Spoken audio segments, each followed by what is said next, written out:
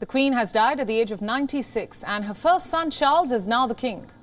In the next few minutes, we will give you a detailed course of events on what will happen next, leading up, of course, to the Queen's funeral in around 11 days' time.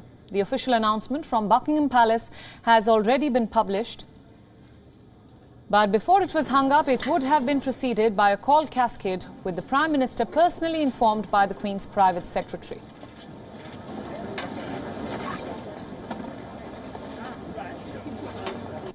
Now, after the announcement is made, flags across the royal residence, the Whitehall and other government buildings were lowered to half-mast.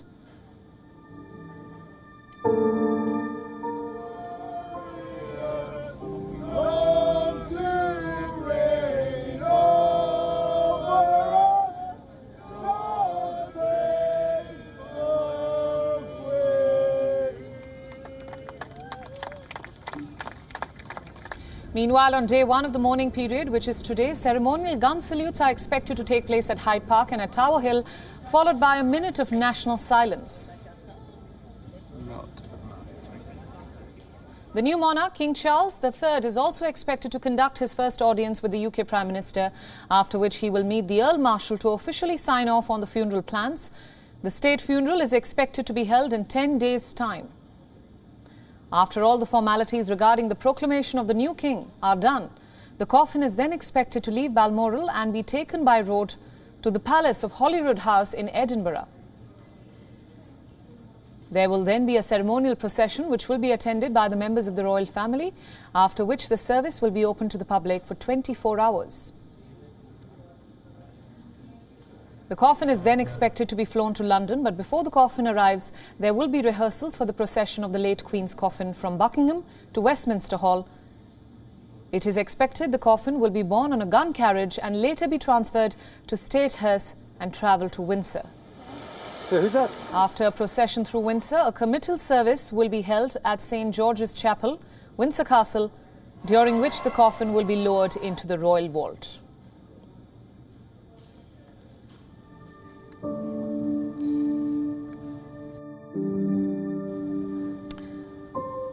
Joining us now on this broadcast is Andrew Whitehead, a historian and journalist. He joins us from London. Andrew, welcome to the broadcast. I want to begin by talking about the Queen's legacy and the ties that she had in particular with different countries. She's remembered fondly as a constant presence in a changing world. Tell us more. That's right, and she's been a constant presence here in Britain for 70 years. So her passing is not only a moment of personal sadness for her and her qualities, but also it feels like the end of an era. And of course, she presided over basically the end of the British Empire and the constitution of the Commonwealth, which she headed in its place. And I think that was regarded broadly as successful. I mean, not without controversy, but successful. And of course, when world leaders, including Narendra Modi, come to London, one of the highlights of their time in London is not so much meeting the Prime Minister, the work side, but actually meeting the Queen in Buckingham Palace. And Mr. Modi and many other world leaders have spoken in their tributes of the Queen's warmth and kindness. She wasn't a political figure. She wasn't a diplomatic figure. She tried to steer clear of controversy. But at the same time, particularly her visit to the Irish Republic 11 years ago, was a moment of healing in relations between Dublin and London, which had been troubled not simply for decades, but for generations. So she was somebody who helped apply the healing balm on troubled diplomacy at times. Right. Well said, Andrew. Let's also talk about the Queen's ties to different countries, regions, even former colonies. How's the general feeling among the Commonwealth nations in particular? Well, there's been expressions, really quite warm and evidently sincere expressions of esteem from across the Commonwealth. I think one of the most powerful has been from the Canadian Prime Minister, Justin Trudeau, who said that he had lost one of his favourite people who he would miss so much. And you could tell from the way in which he was delivering his remarks that this had affected him personally. But from across the Commonwealth, and indeed beyond, from President Biden, for example, in Washington, there have been very warm and clearly genuine tributes. And I think that will certainly be of solace to the Queen's family, and particularly to the new king, King Charles. Andrew, Queen Elizabeth II's reign covered to a large degree Britain's declining global influence from an empire that once ruled the world to a middle-ranking economy. What's your view on the same? Well, I think you're right. Britain is no longer an imperial power, nor does it hanker after being an imperial power. And I think one of the things about the Queen's reign is that she has, I suppose, been an element of continuity while Britain's place in the world has changed and changed very markedly. As you say, empire is behind us. An empire was a controversial, contested, in many places deeply resented phenomenon. But I think the Queen has helped Britain to find a new place in the world. And in spite of all the wounds of empire and imperial rule, many of the parts of the British Empire have been joining in the praise for the Queen who presided over that period of de-imperialisation and decolonisation. Right, Andrew, thanks for those insights. Stay with us on this broadcast. I want to actually cut across to London. We are getting live visuals at this point from both London and Scotland, from the Buckingham Palace as well as Balmoral.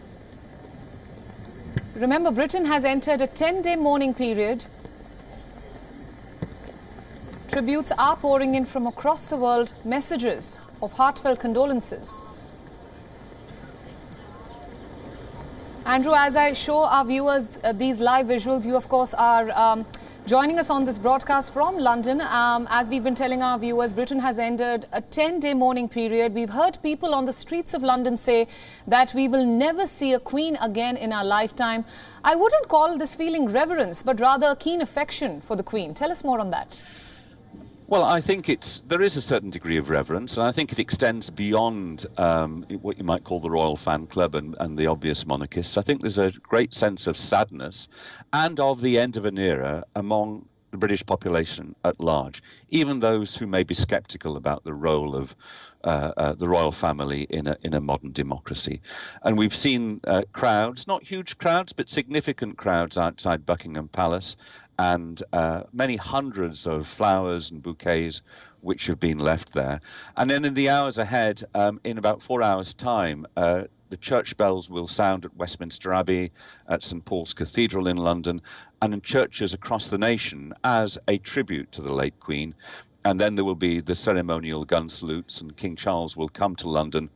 And King Charles is expected to address the nation this evening. Right. Speaking of King Charles, he is a controversial figure, to say the least, when we talk about his personal life and, of course, his own legacy. How is his reign going to be perceived by the people of Britain? Well, I think he does have a very hard act to follow because his mother was so widely admired and loved for her personal qualities. I mean, I had the good fortune to meet her on a couple of occasions, and she came across as a very humble, dutiful, hard-working, warm and compassionate person. And King Charles is absolutely committed to public service, but as you say, he is a very different person. He is a different and slightly troubled personal history. I think he will be, I mean, he may well be a little bit more interventionist as a monarch. He may want to try and modernize the monarchy in some regards. And he may well want to feel that he has a little bit of a role in shaping public policy. His mother abstained from getting involved in anything which was in any way partisan or controversial. I think King Charles will try and follow that, but we all know that he's got very strong views about the environment, about organic farming, about many other issues. And I wonder whether he will be a little bit more forthright about those than his mother would have been. And of course, the danger of that is he might then get him embroiled in public controversy in a way which could tarnish the crown. We don't know whether that will be his style, but he may well be tempted to do that. Absolutely, Andrew. Thank you so much for all those insights, and thanks for joining us from London on this broadcast. Once again, we'd now cut to live visuals coming in from Scotland and London of the Buckingham Palace. These are the scenes outside the Buckingham Palace and Balmoral.